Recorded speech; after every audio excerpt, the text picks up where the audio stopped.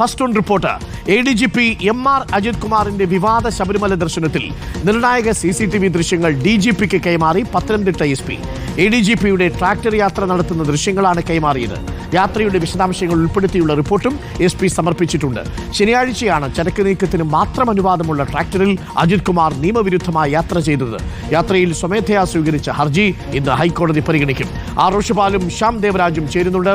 ആദ്യം റോഷിപാലിലേക്ക്. Roshi, good morning. Roshi, good morning. Shyam. Roshi, ആ ദൃശ്യങ്ങൾ ഒഴിവാക്കിയാണ് അജിത് കുമാർ യാത്ര ചെയ്യാൻ ശ്രമിച്ചത് എന്നാണ് ആദ്യം നമ്മൾ മനസ്സിലാക്കിയത്. പക്ഷേ ഏതൊക്കെയോ ക്യാമറ കണ്ണുകളിൽ അജിത് കുമാർ കുടുങ്ങി. അതിന്റെ തെളിവുകൾ ഇപ്പോൾ ഹൈക്കോടതിക്ക് കിട്ടിയിട്ടുണ്ടെന്നാണ് നമ്മൾ മനസ്സിലാക്കുന്നത്. അന്വേഷണ സംഘത്തിനും കിട്ടിയിട്ടുണ്ട് എന്നാണ് മനസ്സിലാക്കുന്നത്.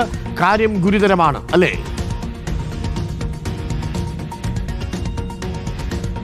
അരുൺകുമാർ, ശബരിമലയിലേക്ക് ADGP MR അജിത് കുമാർ നടത്തിയ ട്രാക്ടർ യാത്ര അത് വിവാദം തന്നെയാണ്, മാത്രവുമല്ല നിയമലംഘനമാണ്.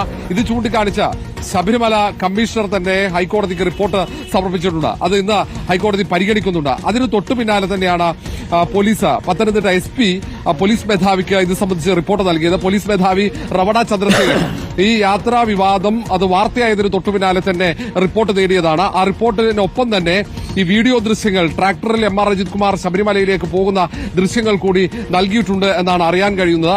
ഏതായാലും കോടതിയുടെ ഇന്നത്തെ ഇടപെടലാണ് ഏറ്റവും നിർണായകമാകുക. അതിനുശേഷമാണ് പോലീസ് ഇക്കാര്യത്തിൽ തുടർ നടപടികളിലേക്ക് കടക്കുക. 2021 തന്നെ ഹൈക്കോടതി ട്രാക്ടറിൽ ഒരു തരത്തിലും ചരക്ക് നീക്കമല്ലാതെ ഒരാൾക്കും യാത്ര ചെയ്യാൻ അനുവാദമില്ല, അങ്ങനെ യാത്ര ചെയ്യാൻ പാടില്ല എന്ന് ഉത്തരവിട്ടതാണ്. പിന്നീട് പല ഹൈക്കോടതി വിധികളിലും ഇത് ചൂണ്ടിക്കാണിച്ചു. അതിനൊപ്പം തന്നെ മോട്ടോർ വാഹന നിയമം അനുസരിച്ച് ട്രാക്ടറിൽ ഡ്രൈവർ അല്ലാതെ ഒരാൾക്ക് പോലും യാത്ര ചെയ്യാൻ പാടില്ല. ഈ നിയമങ്ങളൊക്കെ ലംഘിച്ചുകൊണ്ടാണ് MR അജിത് കുമാർ യാത്ര ചെയ്തതെന്ന് കമ്മീഷണറുടെ റിപ്പോർട്ടിൽ, അതിനു പുറമെ പോലീസ് റിപ്പോർട്ടിലും ഈ കാര്യം ചൂണ്ടിക്കാട്ടുന്നു എന്നാണ് മനസ്സിലാക്കാൻ കഴിയുന്നത്. ഏതായാലും ഈ കാര്യത്തിൽ നടപടിയിലേക്ക് പോകേണ്ടി വരും. സ്വാഭാവികമായും ഇക്കാര്യത്തിൽ ആർക്കെതിരെ നടപടി ഉണ്ടാകും എന്നതാണ് പ്രധാനപ്പെട്ടത്. ഒന്ന്, ഈ ട്രാക്ടർ ഓടിച്ച ഡ്രൈവർ, രണ്ടാമത്തേത് ഇതിൽ യാത്ര ചെയ്ത വ്യക്തി. ഇങ്ങനെ രണ്ടുപേർക്കെതിരെയും നടപടിക്ക് സാധ്യതയുണ്ട്. നേരത്തെ ഇങ്ങനെ ട്രാക്ടറിൽ യാത്ര ചെയ്ത പോലീസുകാരെ അടക്കം സസ്പെൻഡ് ചെയ്ത ചരിത്രമുണ്ട് കേരള പോലീസിന്. അതുകൊണ്ട് തന്നെ ADGP, ഏറ്റവും മുതിർന്ന ADGPമാരിൽ ഒരാളായ MR അജിത് കുമാറിനെതിരെ സംസ്ഥാന പോലീസോ സർക്കാരോ നടപടി സ്വീകരിക്കുമെന്നതാണ് ഏറ്റവും പ്രധാനപ്പെട്ടത്.